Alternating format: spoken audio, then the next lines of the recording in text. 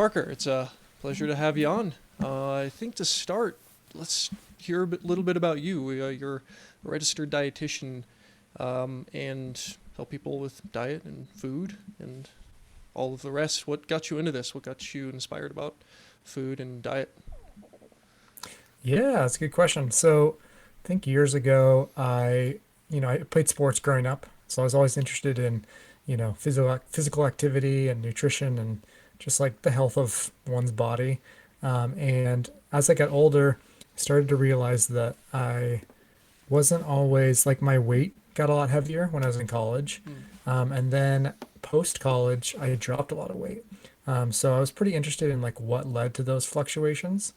And in general, just wanted to see, what I could do to be healthier as a person because I had a lot of people in my own life, family and friends that struggled with just health matters, but also just nutrition in general.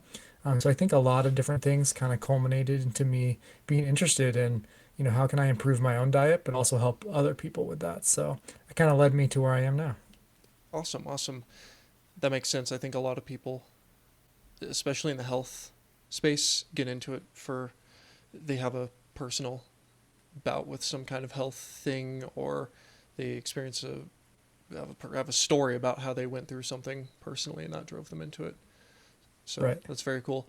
What would you say are some of the biggest things people get wrong about diet? You just finished your book and put it out, the nutrition nonsense. Uh, Mhm. Maybe some of the things that are in that book. What are some nonsensical things that people believe about nutrition?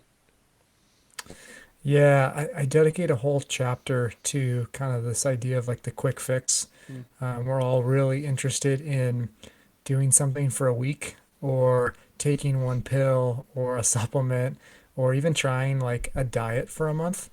And we kind of hope like that'll fix either like the health symptoms or problems that we're going through or that it just will like, you know, make everything good for the future. But unfortunately, nutrition is a lifelong, habit that you have to keep up with.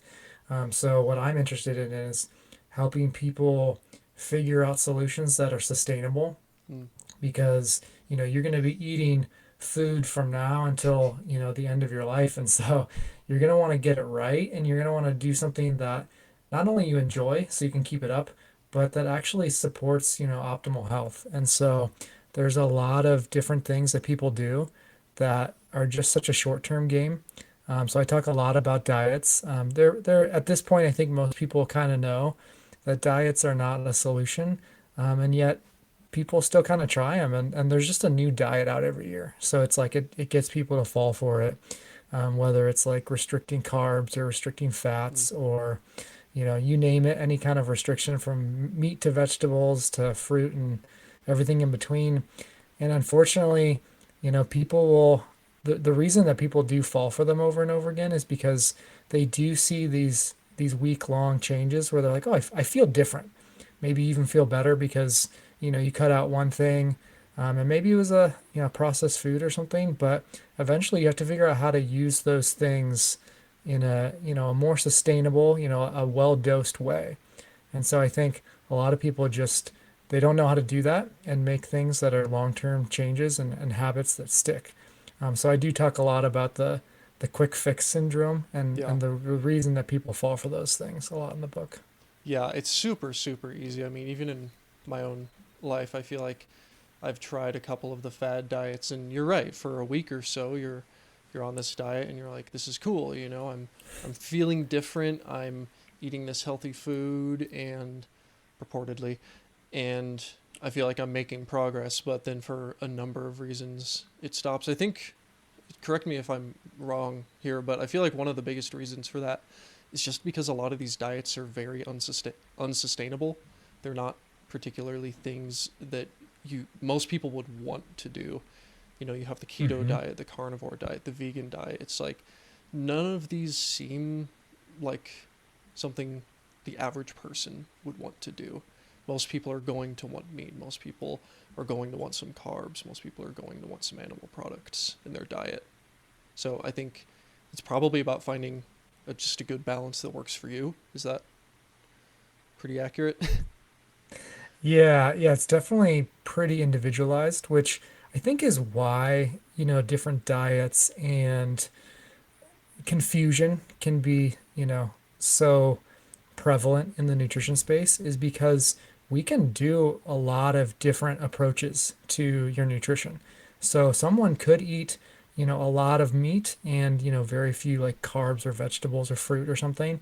And they can do really well and they can find peace with that and live well for, their entire life on that. And someone else can eat pretty close to, or, can have a vegan diet and do really well for their life as well. So like people can have these seemingly polar opposites in nutrition and do really well because we have different genetics, we have different goals, we have different approaches and tastes and all those things. So it's very possible to have very different looking diets, but at the same time, there are some uh, I guess like central themes that most people need to stick to. So that's why those unsustainable ones where it's like you cut out a lot of things, for most people it doesn't work because, when you turn 50, 60, 70 years old, are you going to be doing a carnivore diet when you're 80? Are you going to be able to like cut out all dairy and cheese and all these things when you're super old? A lot of people don't want to follow that path. So Hmm. for most people, you're right. On average, we want to stick more to the middle, which is include most of these foods and include them in the right doses. But the reason it can be a little confusing is because you'll see people who do well on these polar opposite diets. And it's because it's totally possible. Like our bodies are very flexible and Hmm. can make a lot of things work. Absolutely, absolutely. Tell me more about the central themes and the middle ground foods that are more central.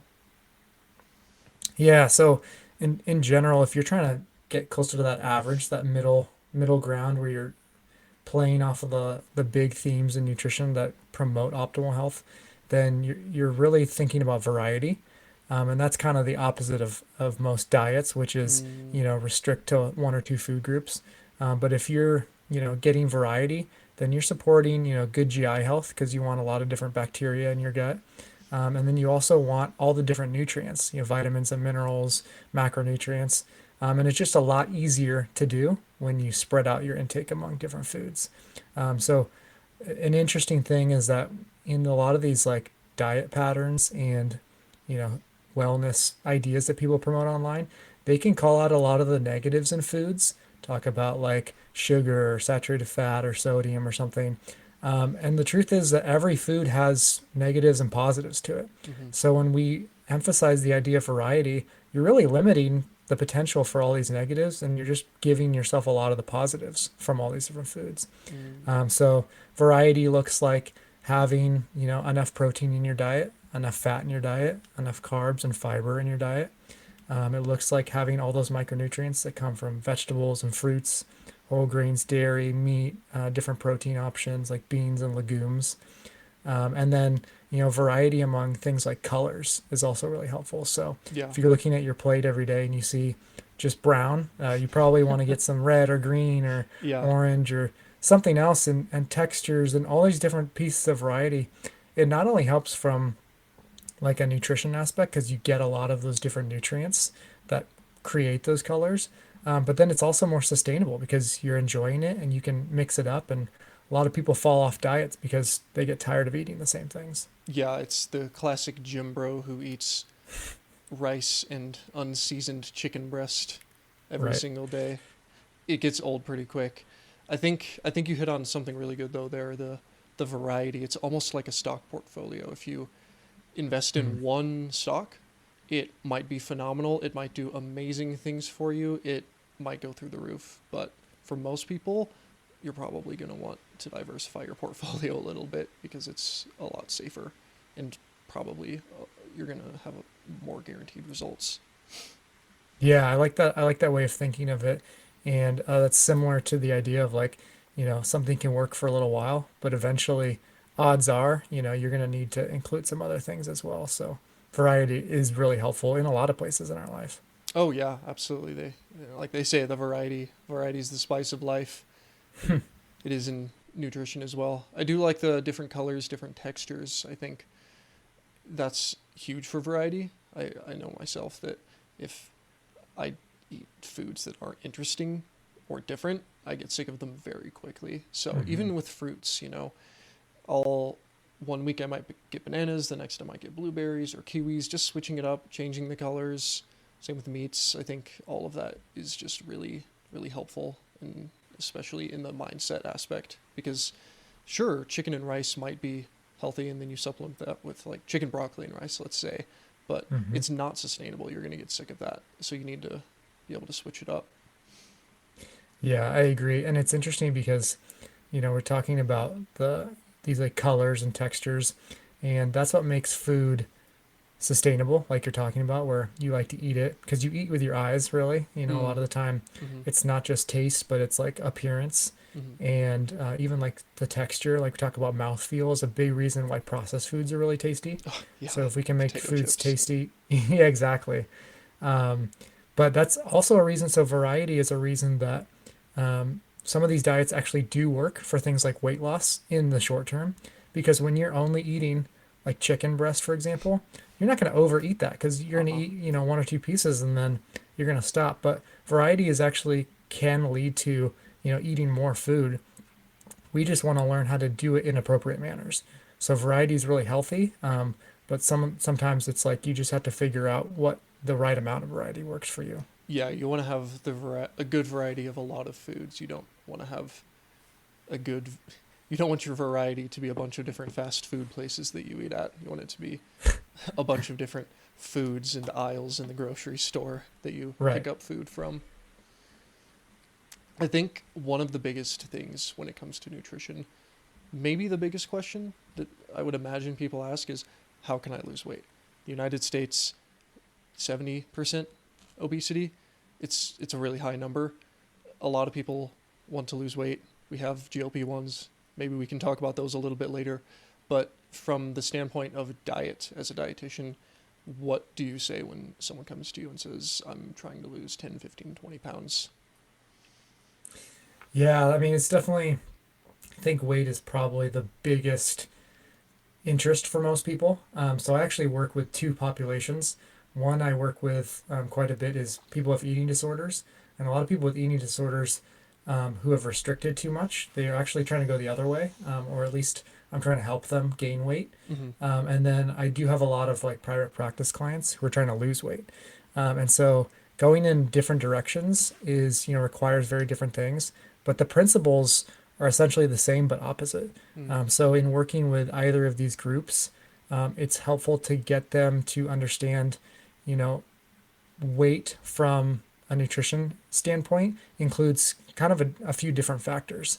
Um, and before I even go into those, factors within nutrition that influence weight, I usually try to ask them, what their reason is behind this, Mm. because I think, knowing people's readiness to change, knowing their motivation, Mm-hmm. and knowing like what their goals are is really important because a lot of people will come to me, and I'll say, do you have a goal weight or do you have a goal, like a target for yourself? And many people will say, well, I want to be, 143 pounds. And it's like, well, that's a really specific number. Mm-hmm. And you can be, I try to encourage them, you can be a range of weights and be very healthy. So it's helpful right off the bat to just, lower expectations and remind them that, an exact weight is not something that we should aim for. We should aim for progress over perfection. And Mm. so a lot of people have the specific weight when they should have a range. And then a lot of people also have, I guess, really high expectations. So someone might be, 200 pounds and they think, well, I want to be 140 pounds by the end of the year. It's like, well, that's an extreme weight loss, and you don't see that very often. And it would take a huge effort that you may not be willing to do and is probably unsustainable as well.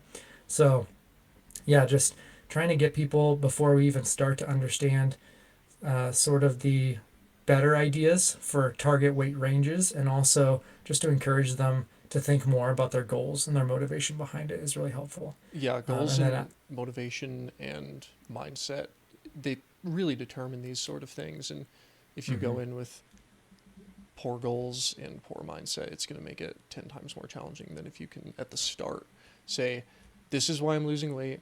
These are my goals. These are realistic goals. And then here's how I'm going to do it. Yeah, yeah, I think that it's kind of the backbone of, what's the point of doing all this? But after we kind of dive into, the reasons and what's going to be most helpful for getting there, then I do dive into the nutrition aspects. So, kind of talk about a few different factors that go into weight loss for nutrition.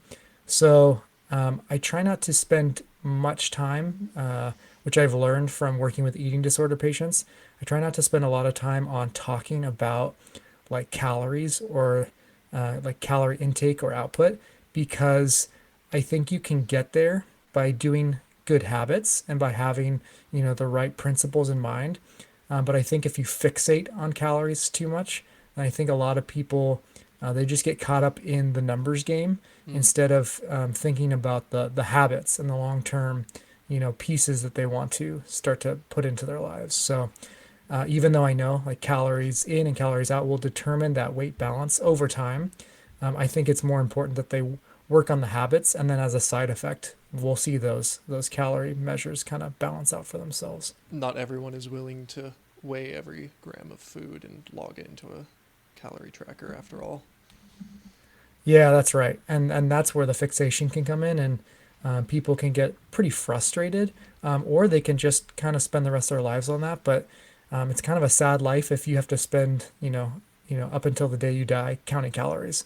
Hmm. So my goal is, we can talk about it, but I want to instill the habits that then cause, weight loss and calorie depletion as a side effect. So there's a couple factors that I kind of draw on. The first one being that I want to make sure people understand meal timing because a lot of people, um, they're just very chaotic eaters. So, I work with a lot of people who say, I skip breakfast and then I'll have kind of a small lunch. And then by the time dinner and dessert come, I eat, I binge, I have tons of food at night. And so this is a behavior that is not uncommon, but then it really throws people off so that they can't control the amount of food they're eating, which again will affect calories. But if I can get people to eat on a more consistent basis, which is just to have, 3 meals at very similar times each day, then their hunger hormones will respond in a lot more balanced way. So they'll get hungry at the right time every day. They'll feel full when they're almost done eating. And that will really control just the amount of food and even the types of food they're eating. So they won't have this strong pull to eating, like these high sugar, high fat desserts at the end of the night because their body's essentially asking them, I need more, and I don't know what to expect next. So I'm going to ask you to give me as much as possible. And so I try to fix that from giving them a more consistent meal timing. So meal timing is kind of the big one right off the bat that we This is work on. so true because I'm just thinking that the days where I pack and prep all of my food, for me I'm more of like a small breakfast. I kind of eat like a hobbit, breakfast, second breakfast, 11 C's lunch, and all of. But on the days where I do, it's all the same exact things pretty much. And I find that throughout the day, I'll get hungry at a certain time. I'll eat. I'll be fine, and then my last meal of the day is dinner. I'll eat that, and then I'm good for the rest of the night, unless I stay up later than I normally do.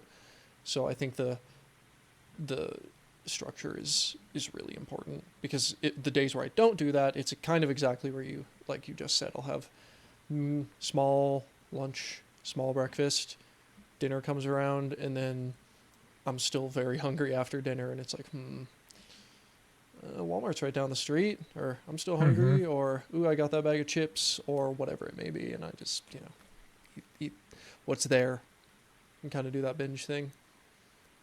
Yeah, yeah, and so the structure piece can feel a little scary because it's almost like, well, I'm asking you to maybe eat more than you usually would, like eat more meals or um, yeah, I guess like be consistent when it wasn't familiar to you. So it can be scary. But after a couple weeks, when people can recognize their hunger and fullness cues, can, stop eating before it gets super late into the night, and they can, be ready to start again in the morning, I think it creates a much more balanced environment for them. So that meal timing is kind of the first piece. And then the second piece, which is also very difficult for people, but is this idea of portion control. Um, Now, a lot of people will talk about this, but I don't think a lot of people, I guess, understand it super well. So, one thing that I encourage is for people to just for like a day or two, maybe even a week, is to kind of measure out their food, not from the standpoint of like you have to get it perfect, but just to see, like what serving size you're really using for some of your foods. Mm. Because I think for a couple people, if I compare people, they might say, I eat the same as, my friend next to me. We're the same height, and we do the same things and we eat the same foods, but I'm much heavier. And then if you looked at their meals, they are the same foods, but they just happen to be eating a little bit bigger portions at each of those things, and they don't realize it. So, if you were to have like an oatmeal breakfast with, banana, berries, and granola or dairy on top or something like that, and if you were to measure it out, and person A was to measure it out and see that they're using a half cup of oats with quarter cup of milk and quarter cup of granola, and they measured it out, you'd get a certain number of portions, and they would feel good about that and finish it. And then person B might do it without measuring, and they just kind of go off of what fills the bowl or something, and they may end up filling it a lot larger because they had a whole cup of oats, and they had a whole cup of milk, and they had, you know, a cup and a half of granola, and it turns out that that's twice as many calories and a much bigger portion. And even though it's the same foods, and they felt like, I just filled up my bowl with what felt right. Um, I don't want to like knock the intuitiveness of that, but at the same time, sometimes we're just skewed because of, portions that we grew up with. It might be because fast food serves us Mm. really large portions. And so when we do it in our own home, we don't realize that, portions are actually a lot larger than maybe we would need on a consistent basis. So I think just measuring out and getting used to what it looks like visually can help us and kind of train us to eat the right portions over time. Yeah, I've done this with a couple of things lately, actually, specifically coffee creamer and chia seeds. I'll put the chia Oh. seeds in my fruit smoothies, and those things have a lot of calories. Hmm. And just for fun, I did one serving, which is 130 calories, which is 2 tablespoons. And then I looked at it and I realized that is way less than I've normally been putting in here. And the chia Hmm. seeds don't particularly even add any flavor, so that one is ridiculous. But the coffee creamer, that one isn't even was even crazier because I did one serving of that, and one serving is so small. It's 1 tablespoon, and then I looked at it and same deal. I was like, that is, I've probably been having like 5 servings of this with every single one of my coffees. So I think that's absolutely right. Having someone do that for a week or however long, you kind of get shell shocked a little bit when you realize just how skewed your servings can be with some things, or cereal. I've done this with cereal before. I'm like, Hmm. oh shit, like that's like 3 servings, and I've been eating that like every day. Here I've been thinking it's a serving or decent amount of calories, and do the math, and it's 600 calories, and you're just like, whoa. Yeah, the notorious ones that I run across are like ice cream servings, peanut butter servings, and like oil or butter that they're using when they're cooking. Hmm. And so all of those things, they have a lot of fat, and that can be really like not volume heavy and calorie dense. And so if you're, using a scooper that's, like if you don't understand like what 2 tablespoons of peanut butter look like, you might be pretty surprised to see that it's a lot less than you put on toast or in a sandwich. Hmm. And then what happens is, it's not a lot at, one meal. So even if we're looking at the calories of it, it might be an extra 100 calories or something. But if you're doing that with portions 3 times a day, and you're doing it over months and years, then, that just adds up to extra weight. And it's not like this is a terrible thing, but for people who have this weight loss goal, just measuring and kind of getting used to the visual sight of what portions are and what serving sizes are appropriate can be really eye-opening for people, for sure. Absolutely. So we have scheduling, we have portions, and seeing what the serving size portions look like. What else? What else do we got? Yeah, so a third one would be essentially like volume of food versus energy density of food. And so we basically just touched on that, which is, there are some foods that they take up a lot of space on your plate, and then, of course, in your stomach. And then there's a lot of foods that are really small, and they're really energy dense. So, kind of on the opposite ends of the spectrum, something that's really energy dense is like a tablespoon of oil. It's like, 100, 150 calories or something. Hmm. And that takes up, very small amount of space just to kind of cook and put your meat in or something like that. Mm. And so that's a lot right there. If you were to, count up the same amount of calories for like a salad, it would be like two or three This bowls. much Yeah, salad. Yeah. giant bowls. Or it'd be like this, a cup and a half of blueberries or something like that. So the difference in volume can make a big difference on your eating experience. So not only will you take a lot longer to chew and go through your food, which gives you time to feel full. So if you take about 20 minutes in a meal, that's how long it usually takes to kind of get those sensations in your brain to tell you like, okay, I'm Mm-hmm. getting full. Um, so if you're eating your meal in 5 minutes because you're eating a very energy dense small volume of food, then you're not going to get full and you'll just kind of keep eating. Mm. But if you're eating something that takes a lot of time to chew, like an apple is a great example, it takes 10, 5, 10 minutes alone just to chew through an apple. And so, that's only 100 calories versus the tablespoon of oil, which you can kind of just throw back if you were to Yeah. have it. Yeah.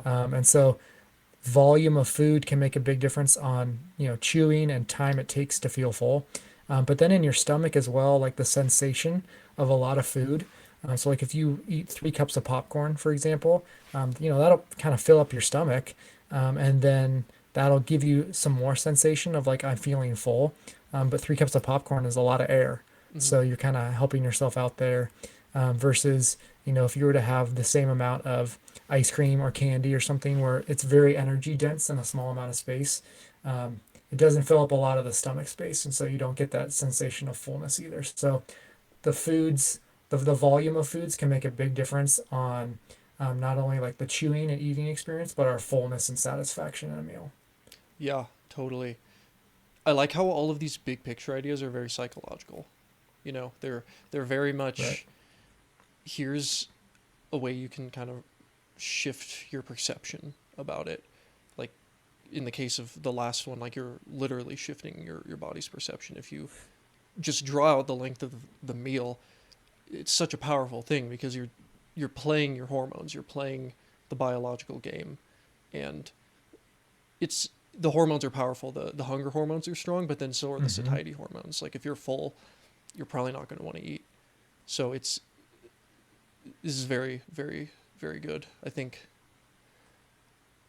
Why do you think people get so caught up in the foods? Eat these foods, don't eat these foods, and not these bigger picture frame shifts that are maybe a little bit easier to incorporate, or at least maybe not easier, but they're a lot more effective. And I think you can implement them relatively easily with some slow steps or some careful planning.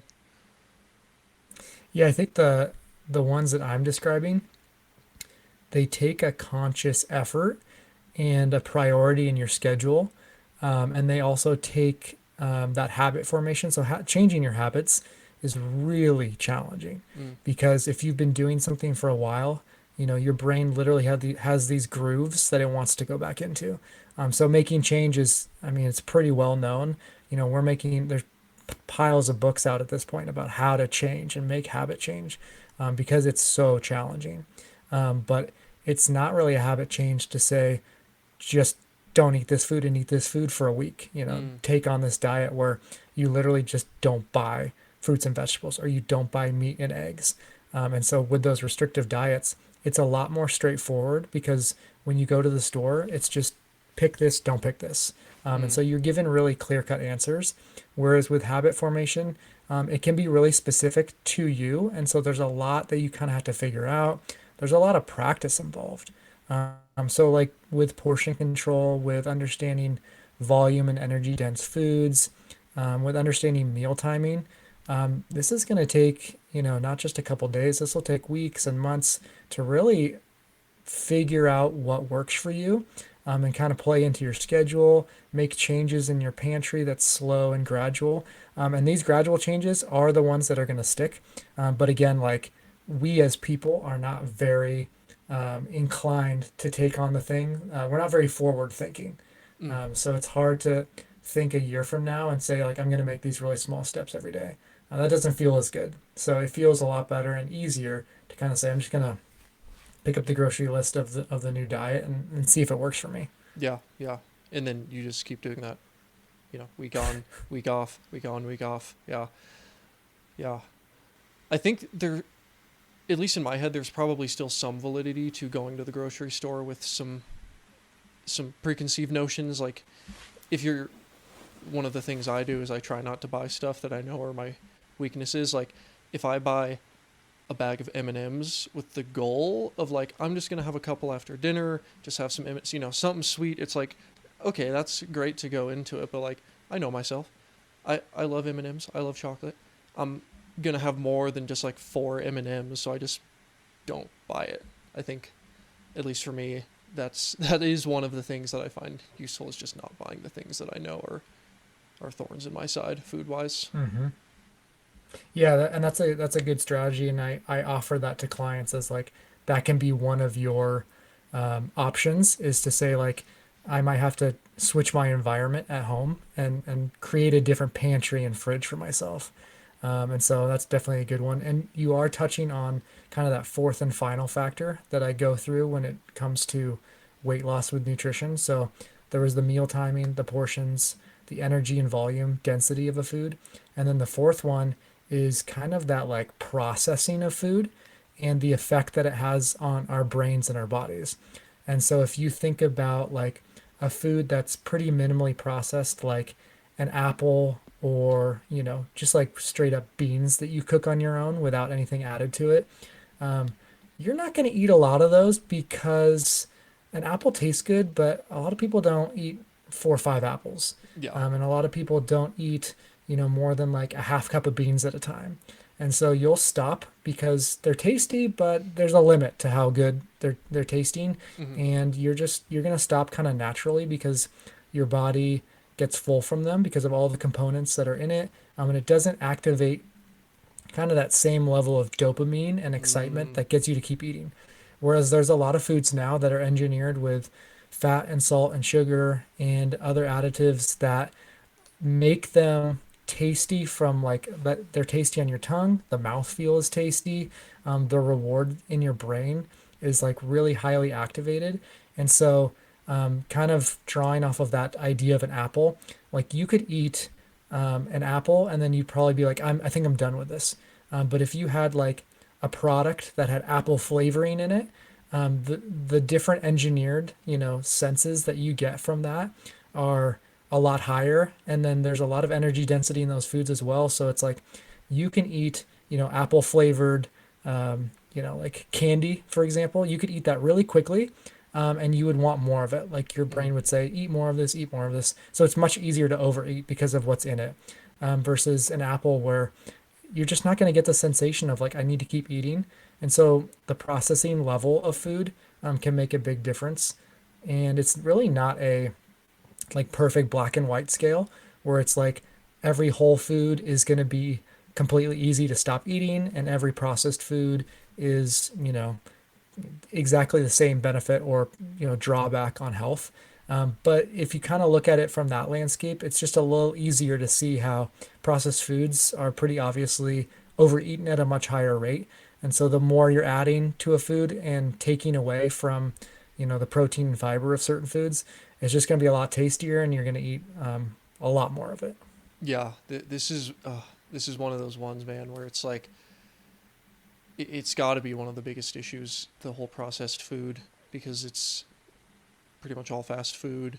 Or you go to the store and a lot of the food in the aisles are just very, like you said, engineered to be as hyper palatable as possible. They have a certain texture, they have a certain crunch, they have a certain, I don't know, just feel in the mouth, plus the sugar, plus the fats, and it's just hitting every possible lever in your mouth and nose and eyes that it really can. So yeah, being aware of those, it's definitely easier said than done. You mentioned the habits were indeed hard to form. Like how have you or how do you help your clients implement these habits, given that they are very, very, very difficult to change, especially in you know the super hyper palatable food world we live in, where on every corner you have a McDonald's and you walk in the grocery store and the first thing you see is a bag of Takis or whatever. Yeah, some of it is just taking stock of what you've been doing and what the end goal essentially is.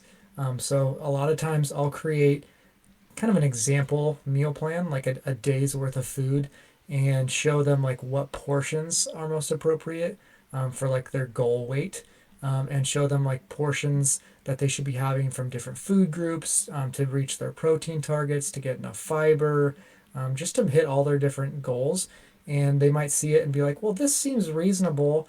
But then they'll track their own and they'll see like, oh, well, I guess I did overeat quite a bit, and I guess I'm not eating some of those protein foods that you suggested, and I am kind of binging a lot at night and having these extra processed foods.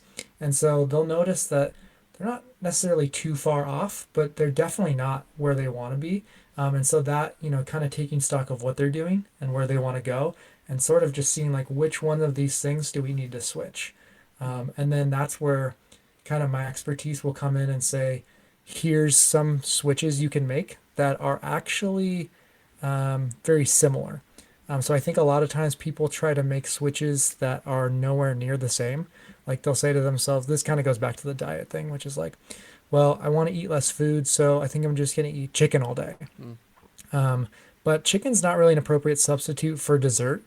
So if people are used to eating dessert and want to, which most people want to have like a snack or a dessert up until the end of their life, and I think that's a great goal to have. It's tasty to have, but you can have very different kinds of desserts, and so it's not an appropriate switch to say don't have dessert or have chicken for dessert. Yeah. So I think sometimes people do that, but you need to have like a congruent switch. So you need to have something that swaps in that makes sense. So a lot of times what I'll do, just using dessert as an example, is I'll give them options that include lots of like fruits or nuts and seeds that are very like whole food heavy, but they do have a little bit more taste to them and a little bit more of like that dessert palatability.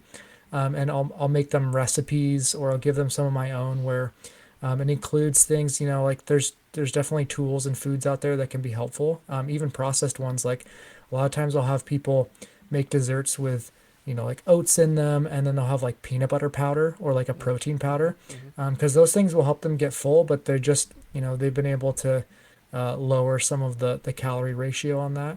And then it'll include things like fruits and those nuts and seeds so that they still get the sugar and the fat, but it's coming with a lot of other nutrients that help them stay full. And then it also just gives them a much more like optimal health outlook for themselves. So that's kind of where I come in, is help them make switches to go from what they were doing to where they want to go, and do it in a way that actually makes sense. Yeah, so don't try to go cold turkey or do a 180. Try to course correct, but in a similar vein. If you want to eat less dessert, don't just cut out dessert. Replace 3 slices of fudge with 2 slices of fudge, or whatever it may be. The the dessert thing is fun for me because I love dessert. I just have a sweet tooth. Same. It's something I've had to work around. But I think I've discovered the best dessert, the best healthy Oh, dessert. Do you know what the Ninja Creamy is? oh, I do, and I've thought about getting it. So yeah, Dude, you'll have to give me my first recipe. I'm telling you, it has been a game changer in terms of dessert because I'll make protein ice cream, right? Mm-hmm. I'll do protein powder, or the Fairlife shakes at Costco. Oh yeah, Yeah, I yeah. use those. Though I mean, those already taste phenomenal, and they're so good for you. And it turns it into ice cream, like legit ice cream. And then I'll mix in some monk fruit berry sweetener as well, Mm-hmm. and some like 0 calorie Jello, like chocolate pudding Jello, and it's ice cream. It's like straight up ice That's cream, amazing. and it has almost zero added sugars. It has like 30 grams of protein. It has the texture. It has the chocolatey sweet flavor. It's like it it's been awesome. And then I'll also do like uh, protein mug brownies. Mm-hmm. Mm-hmm. I built like my own recipe for that with like egg yolks for the fat and that sort of thing. That's just like the fun side of it for me.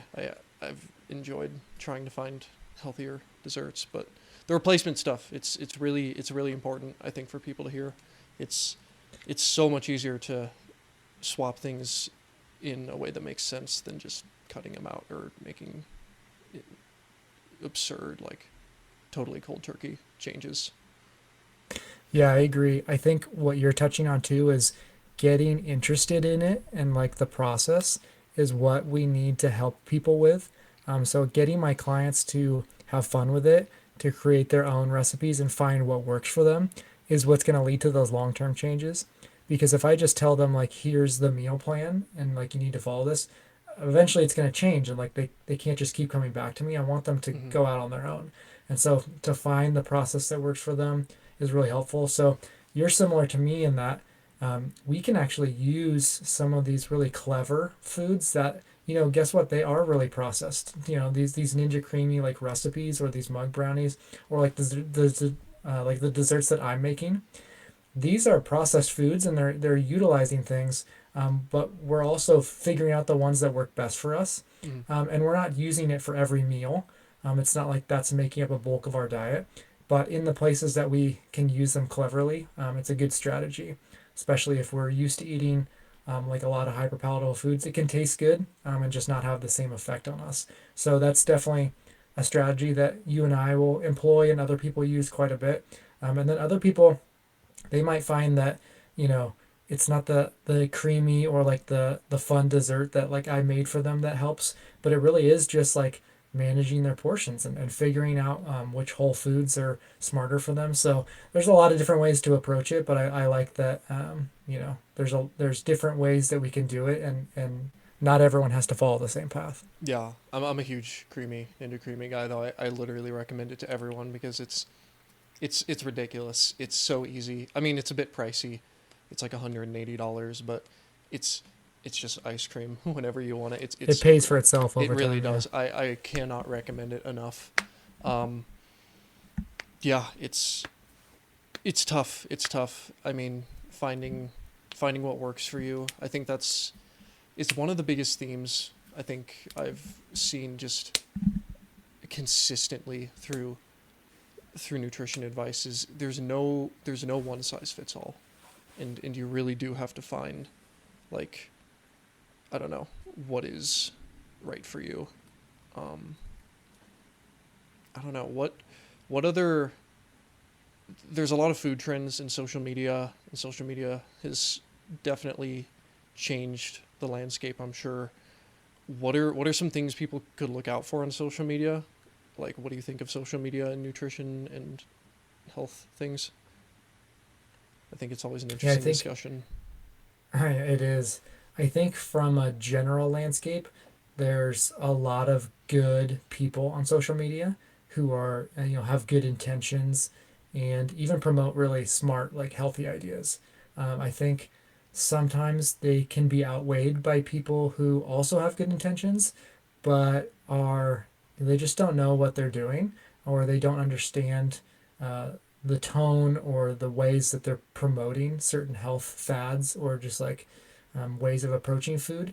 And so it can lead to a lot of problems for people. So I think, you know, if it were just up to following people on social media and that's what kind of course corrected us, then at this point we should have seen all the solutions come together because Mm. everyone's using it and most people have seen the videos and the reels where they say, there's a problem with our food industry and there's a problem with the way we're eating and here's how you fix it. Mm-hmm. But I mean, I've watched millions of those videos basically, right? Mm-hmm. Where it's like this is how you fix it. And but we're still all, searching for answers. So clearly these people are not giving us, the full picture and not the solutions that they think they're giving us. Um, and it's hard to navigate and figure out who's giving you the right answers. And I think if we just kind of like take a step back and say, do we need social media to tell us how to eat well? Probably not. Now we can still utilize it and find some people who are helpful, but I think maybe if we use our own intuition and kind of like what we know works best for us, and we work with like a professional in a setting that's not social media driven, then I think we can actually put ourselves in a good position to succeed with nutrition. And then social media can be kind of a fun supplement. Mm. But I think a lot of people, they really do rely on some of these influencers as like the main person they go to, almost like like their primary care physician or something. Yeah. And not that, like a lot of people have had bad experiences with doctors and they don't have enough time with us. So that's its own issue. But like if your primary person is someone you don't know who's on social media And they're just putting together these sort of like fantasized reels where they're telling you to skip one food and eat the next one. You're going to get really confused. It's not going to be individualized, and chances are, there's going to be some problematic solutions given out. So I think in general, it's like social media should be a place where maybe you get some tips, but it really can't be the backbone. Like you have to get that either from yourself, from someone that you trust, or start to find a healthcare professional who actually knows how to fix that for you. Yeah, I think it's something that people don't realize about social media, which you wouldn't think it would fly under the radar, but it does, and that's social media is not specific to you necessarily. Everything that goes up on social media is meant for an audience, and you're just part of that audience. Mm-hmm. And a lot of the advice you hear, a lot of the tips and influencers who you follow, the things that they say might apply to you, but really the only way you're gonna know is if it's somebody who knows what they're talking about, who's talking to you and knows like actually what's going on with you. Otherwise, there's really no way of knowing. Like we said at the start, there's a lot of genetics and personality that plays into this stuff, and if you might have something that makes you an exception for this particular influencer's advice, but you would have no way of knowing that. And I think seeking out that individualized help in medicine, I think diet and nutrition, it's one of the biggest things that bugs me about medicine now, because I feel like doctors could be doing a better job to just have that be a bigger focus with their patients, because I mean, I do episodes on hypertension, heart attacks, Alzheimer's, whatever, and really all of them, at some point, I do come back to nutrition because it affects all of them, and I think healthcare needs to have more of that. And I'm sure that it's not really the fault of a lot of doctors. They probably just might not come to mind. So maybe it might be just something as simple as next time you have your primary care appointment, bring it up with your doctor and have a conversation about it. Yeah, I think it's like doctors aren't really trained in that and don't have the time for it. And so that's not even really their position most of the time. Mm-hmm. Like we have dietitians, we have other nutrition experts, and even healthcare providers who can get courses on this who can help you. But a lot of times, just like the 20-minute doctor appointment that you had to go into is probably not even the space where you'll get something that you want. And so you have to seek it out separately. Um, and so that's kind of what led to the social media rise, at Mm. least in like medical advice. Like we got so annoyed with the fact that there isn't a clear-cut place for most people to find this advice, because we were like, well, the doctors don't really know how to do it, and they haven't done it. So where are we going to seek it out? Well, the free market essentially decided that social media was the place. Yeah. And then once social media became kind of the dominant force, most people are realizing that's really confusing too. And so we swung the pendulum from one poor extreme to the other poor extreme. Yeah. And really in the middle is like you can have your doctor that helps you with some things. You can have social media where you get some tips.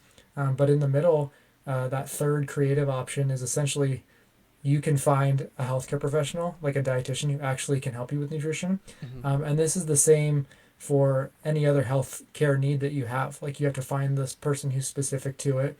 Um, this is even true for like mental health. Like you have to find a therapist that works for you. So Yeah. like your doctor's not going to help you with the mental health piece. And on the other end, social media is not going to help you with that enough. And so Definitely you not. kind of have to find, yeah, that third option, where you can still have, your doctor in play and social media tips from here, from time and again, but this can't be the solutions because we've tried both of them, it seems like, and those Mm-hmm. aren't really helping. Yeah. It is interesting though, because it is funny on social media because you have pretty much everyone in agreement that there's a problem and that people need to eat healthier, and that there's a lot of crappy food out there that you shouldn't be eating. But then everyone's opinion on how to fix it is different. Some people are going to Right. say, don't eat processed food. Processed food is bad. Some people say, oh, processed food is fine. It's the vegetables and fruits you want to avoid. It's so there's like no way of really knowing. So I think you're absolutely right. You have to find that middle ground, and there's always a middle ground, and the middle ground is always the hardest way, but it's always going to be the most sustainable and best way for the long term. And it's not easy. It's not easy to find what works for you and seek out the right kinds of advice, but it pays off big time in the long term, especially with nutrition. Like nutrition is one of those things that is just kind of, I want to go into medicine and be a doctor, and it really is constantly on the forefront of my mind because I'm like, nutrition is, it almost should be the cornerstone of health in medicine for me because it really is just the cornerstone of health, I Hmm. suppose. And it's, it has to be personal. It has to be something that you you have a support group for. I don't know. I'm kind of just rambling, but I think social media has also made it harder for people to actually find like the in-person people to help because they have this parasocial relationship on the internet with someone and they think that this is all that they need, and going out and seeking help from a professional who can actually know them might seem daunting. So Right. I don't know. Those are just some thoughts on that. Yeah, I agree. It's just it's a tough landscape to navigate, but hopefully we'll see changes coming up here in the future. Who knows? Yeah, I hope so. Big changes with GLP-1s. Speaking of changes, what do you think of those? What do you think of just their effects and them being used almost as a? It almost seems like they're being used as a substitute for proper eating. I mean, I've known some people on GLP-1s and they don't really change how they eat a lot of the time. They just end up eating less because of, how they work, but they're still eating ice cream and fried chicken and unhealthy foods, right? Which doesn't seem particularly healthy.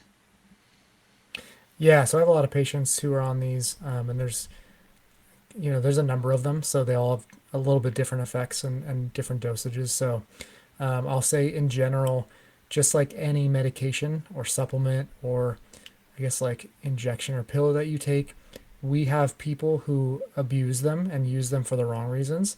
And then we have people who legitimately they're life saving or that they're very useful. So knowing that, it's like just like anything else that we've seen out there, even like daily medicines that people take, ibuprofen or something. Like we have people who have used those poorly, and we have people who have benefited quite a bit. So the same is true for GLP-1s, which is, there's a lot of people who shouldn't be on them. There's a lot of people who aren't using them effectively, or their care is not giving them lifestyle and nutrition changes that need to go along with it. And then there's a lot of people who they are getting those like exercise and nutrition changes from their providers or a dietitian who walks alongside them. Um, and they needed it. It was kind of the final piece of the puzzle that acted on the genetic changes and acted on kind of the root cause, which is like that hormone change, and actually getting to kind of the basics of what is hindering them the most. And so for some people, it is pretty life changing. We've seen some high effectiveness from these drugs in getting people to lose that weight. And when they do it with, strength training as they lose the weight, when they do it with changing their nutrition to be health promoting still, then we see some really good outcomes. And those are the Mm. people that it's fun to focus on because we can say, like, look, they had minimal side effects and they got to change everything.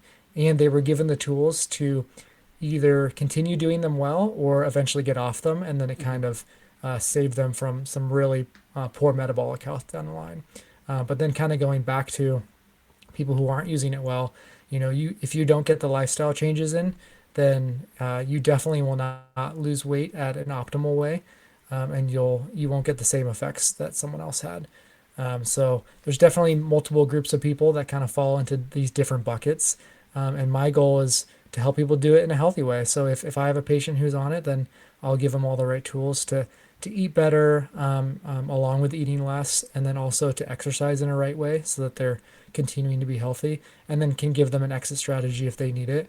And then for other people, if they don't want it, I'll give them the same options, which is to help them do it or to be healthy in a way that doesn't use those medications. So whatever people are more inclined to do, whatever is more helpful for them, then I'm there to kind of take that patient-centered approach. And then I guess the final piece is, there's definitely side effects to anything. I think in about a quarter of cases we see side effects. So depending on who you're talking to, that might be a really large number or it might be a small number. So 75% of people have pretty minimal to no side effects. So that's a pretty nice number for a lot of people. They're willing to take that risk and try this out to kind of curb their health in a right way. And then for other people, it's just like mentally it's not for them, or physically it does have a pretty big impact to the point where they're like, this isn't the risk reward that I want, and Mm-hmm. I want to take a safer, a cautious approach to my health. And so either of those groups can make sense to me. I've seen it work both ways. I've seen people do really well, see people not have success, and I think a lot of people like to paint it in a black and white picture, which is to say like these GLP-1s are silly, we shouldn't have them, or you have other people who say these are like the perfect new miracle drug, and if you take it, it's essentially a perfect thing. And Mm-hmm. both of these are untrue, right? There's a lot of gray area where people have to make a lot of considerations. They need to make changes as well, and it can be really effective, but it's kind of both. So it's a little confusing when you actually get into the weeds on like how perfect or how effective it is for people.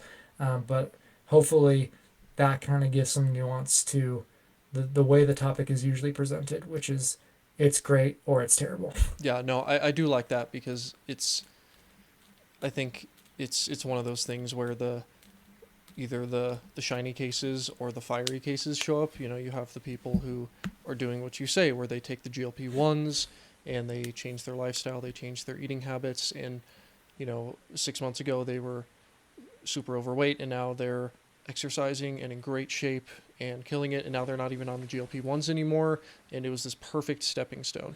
And then on the other side you have the people like I mentioned at first where they get on it and they don't change at all, and then they end up probably losing a lot of muscle mass, and it's just not particularly healthy, and then they get off it and then they just go back to the same weight. It's like, yes, these are two ends of the spectrum, but we do have a lot of these more middle cases, and I think it's important to understand like when it's being used effectively and when it's not. It almost reminds me of like SSRIs, because I think SSRIs are almost in a similar category where there's a lot of overprescription going on where people just get on it and they don't go to therapy, they don't try to address the mental roadblocks that they're having, and it's just like this almost band-aid going on. But then you do have people who take it where it's this kick in the butt that they needed almost, where they get on the drug, they start feeling better, it allows them to make the lifestyle changes, and then eventually they might get off it, et cetera, et cetera. And it's this really great thing. And it can be both at the same time. I think that's something that's kind of hard to accept in these cases, is a thing can be have both ends of the spectrum going on at the same time, and you just have to have different takes on the ends of the spectrum, and you have to be able to have nuance. And I think probably the biggest part is like the people actually prescribing the drugs probably need to have the nuance to say like, okay, well, we need to actually prescribe these drugs in the best way possible, which probably isn't to everyone who asks for them. So I do like that nuance, adding it in there. Yeah, yeah. When you brought up SSRIs, it reminded me of like other places like antibiotics could be Mm-hmm. classified maybe similarly, where it's like we know that this has saved lives, and we also know that uh, statistically they're overprescribed by quite a bit, and so they are both things going on. Yeah, which it's it's such a, I don't know, it's such a tricky thing to to work through, and unfortunately it's not the clickable content, which I think is probably where a lot of this polarization comes from, is the the clickable thumbnail is not the nuanced opinion of Ozempic and why it's really good for some people and hasn't been that good for others, and there's a lot of gray in between. That's not what gets the clicks. The clicks are Ozempic is going to have issues. New study reveals Ozempic has massive side effects 1 year after taking it, or Ozempic is a miracle drug and everyone who's on it has seen X improvements. And again, it's all in the middle. It's always in the middle. It's always in the middle with everything. So yeah, it's I don't know. I think it can bring a lot of good though, especially again the U.S. has a lot of obesity going on, the obesity epidemic, and if it can help ease that, I think that is a good thing, even if it's the other thing with Ozempic. I think there's a lot of fit people who think that because they put in the work to lose the weight, that it's cheating to use the GLP ones. Um, I don't know. What do you think of that take? It's kind of a popular one. I feel like. Yeah, for sure.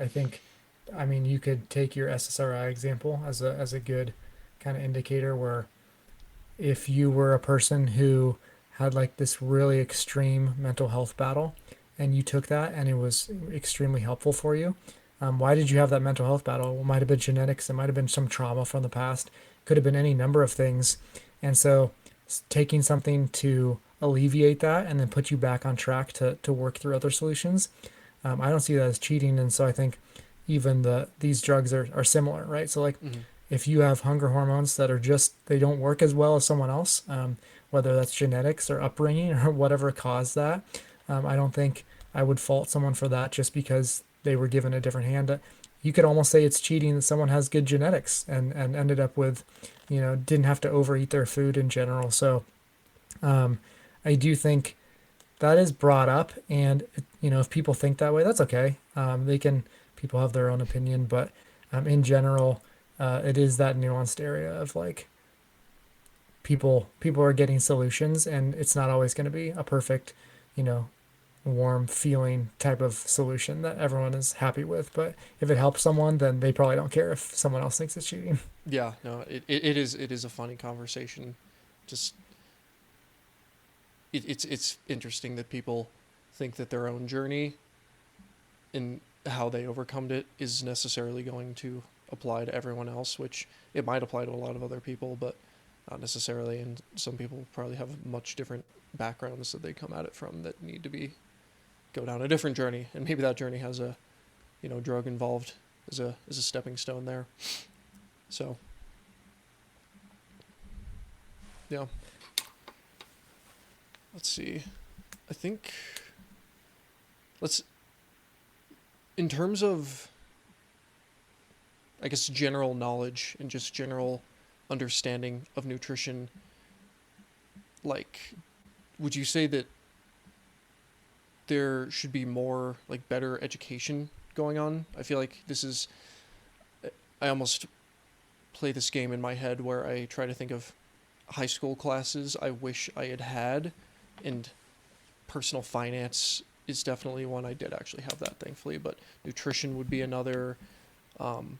It maybe in the same vein, like a culinary class, like learning how to cook.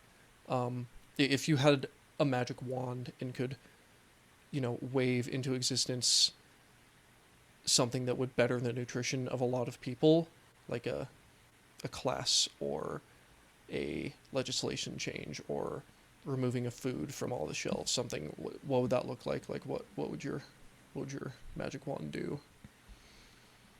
Yeah, I guess maybe it would be to switch out foods. Like if people had only the choice of certain foods, and I guess if the magic wand could take away like their need for certain things, then the choice wouldn't have to be made. Like they would just be able to go out and get foods that were appropriate for them. Mm. So that'd probably be the biggest one. But I do like the education side of it because you can handle any change that comes. So from my end is like the food industry will always be changing, and the landscape of fitness and health. We're always learning new things.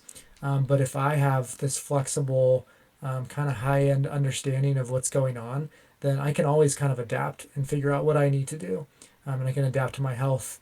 So like when I have things come up in my own life, I can figure out how to handle them. So I do think education will be really cool. Kind of a baseline, even if it's not in high school, just something that like every adult kind of just has to utilize at some point, or if like I'm kind of speaking to like how doctors could use nutrition training. I think everyone could use a basic course. The only problem with that is it's probably similar to social media. Some people probably would be like, well, this isn't what I want. It doesn't fit my Hmm. bias. So I guess probably the taking away uh, certain foods would probably be helpful, or people's needs for them. Yeah. Which foods would you cut out? Oh, that's a good question because what I would do is probably what someone else wouldn't do. Hmm. I don't know. I guess I would. I'd probably keep. I guess maybe I would shift this then. I guess I would almost keep any food, but it would be like there's an allotment of how much you get, Mm. because, or like there's a supply issue. So it's like, Yeah. yeah, because you can look at any of these countries that are more well off health wise than America, and they actually have a lot of similar foods that just aren't presented all the time, or Mm. they aren't ubiquitous within like households. So most countries have some form of like ice cream and donut and fried food and all these things, but they're just not on every corner, Mm. and they're just not like lining the store shelves like a whole grain bread is, or like meat and fruits and vegetables are. And so I think like maybe it's the dosage at which we offer them. So if a store had each of these items where you could still make that choice and be happy that you can have your Twinkie every once in a while, Hmm. but if it's like you can't pick it up all the time because sometimes they're out, or there's just less of them, so that you kind of know the dosage is like, oh, I have this smaller package. I think that people would do a lot better with that, and we've Mm. seen that work in other places. Yeah. Yeah. That's so true. Like you go into Walmart versus like Whole Foods or something, and it's just a totally different landscape food wise. Or Trader Joe's, you walk in and it's like nothing particularly catches your attention, I would say, when you walk into Trader Joe's. Like maybe some stuff, but you walk into Walmart and the first thing you see is a bunch of chips, or like the Oreos are stacked up, or like the merchandising is done in a very specific way to try to get the hyper palatable foods in your face. And it's very, very easy to, I mean, I fell for it last night. I got some like Harry Potter, like butterbeer goldfish type things. It's very easy to fall for it in the merchandise. Like they know what they're doing with the merchandising. So yeah, maybe some kind of, again, I don't know how you would do it legislatively. It almost seems like it would need a more of a moral shift, I suppose. Um, but doing something to where the healthier foods are put more at the forefront. Or like I know something a lot of grocery stores do. They put the dairy in the back of the store because Hmm. most of the time when people go to the grocery store, they need to get dairy, which means they have to walk through the whole store and pass everything else in the store to get to the dairy. So, yeah, just different merchandising, different amounts of the things, but more healthy foods and less like, you know, maybe we don't need a whole aisle for chips, that sort of thing. Totally, yeah. Yeah, I agree. I mean, when you walk through a store, 80% of it is foods that most people would know intuitively are not as health promoting. Um, but you're right. Like, we can't just, on a practical level, it's like these companies are making the money and we're paying for them. So we're feeding into that. And no store is just going to like drop that because they wouldn't survive. Hmm. So, yeah, I don't know what the shift actually is going to be, but that's why I used a magic wand to get there. Yeah, yeah, no, I get you. Again, I think it's got to be some kind of just a mindset shift and almost like a moral shift, just of how people see these things. And again, that's I think why we're here in a sense, is to try to get more people knowledgeable about this stuff. And maybe they don't get any advice from this video that like just really sticks with them, but maybe it inspires them to seek out a more nutritious life and eating healthier. And I think just pushing it more, getting it in front of more people's faces that like you can eat healthier and there are ways to do it and there are people out there who can help you do this. It's these are some of the things I think that might slowly start to make that shift. And again, I think we are seeing it to a certain degree. You are seeing in newer towns, the Whole Foods, the Trader Joe's, the Sprouts, like the like healthy grocery stores. Um, because I think a lot more people are starting to wise up to the fact that just like stepping foot in Walmart or, a grocery store that has a lot of unhealthy food can be like the first step in the wrong direction. Almost, not necessarily. I mean, you can still eat perfectly healthy buying only from Walmart, but again, it kind of goes back to the thing earlier of not environment, changing the environment. So not having things in the environment that are gonna tempt you, I suppose, and then making Yeah, those yeah. choices. The environment change is it's the hardest part, but it's probably the most meaningful. Hmm. Hmm. Yeah. Um, what else? What else do you think people need to know about nutrition? I mean, I really think it's just intuition. So I think if again, like if people didn't have social media and they didn't peruse through most grocery stores and they just like made a list for themselves on what they knew was like healthy and took the time. So intuition plus like prioritization of their time and their meals, and they like cooked at home more. I think those two things they'd get pretty far. Hmm. So I don't really think people need a whole lot. People know that, like a heavy pizza from a fast food place is not as healthy as like a chicken salad, and they know that reality. But it's just like, do they make the time to do it? Do they prioritize it? And then do they intuitively like trust themselves enough to like follow through with that often? Because a lot of people will say, well, no, like I'm gonna get the cauliflower pizza and I'm gonna like follow this diet where you restrict pizza forever and then you go back on it. Mm. And so I think all these random things and then not taking time to actually make the food, I think all of those kind of play into it. And so we have to return to, or I don't even know if return because some people haven't done it, but just like making the time and trusting our intuition. I think we would get a lot further than if we were following social media and trying to follow any like fixed plan that's not individual for ourselves. Yeah. Instead of spending 6 hours a day on social media learning about nutrition, maybe just sit down with yourself for 30 minutes and make a list of foods that you know are healthy. Make a list of foods that you eat often, which ones you should probably cut out. Just sit down, sit with your thoughts, think about it, and, try to start making some of those changes little by little and do that frequently so that you can keep yourself reminded. Like, nutrition is one of the biggest things in your life, and it deserves a lot of time. It's like a good mattress. You spend a third of your life sleeping, so probably worth to invest a good chunk of change into a good mattress. You spend every day of your life eating, probably worth spending a good chunk of your time thinking about it and making sure that it's on point. Yeah, no, totally agree. If you don't put in the time, then it's you're not going to get the result.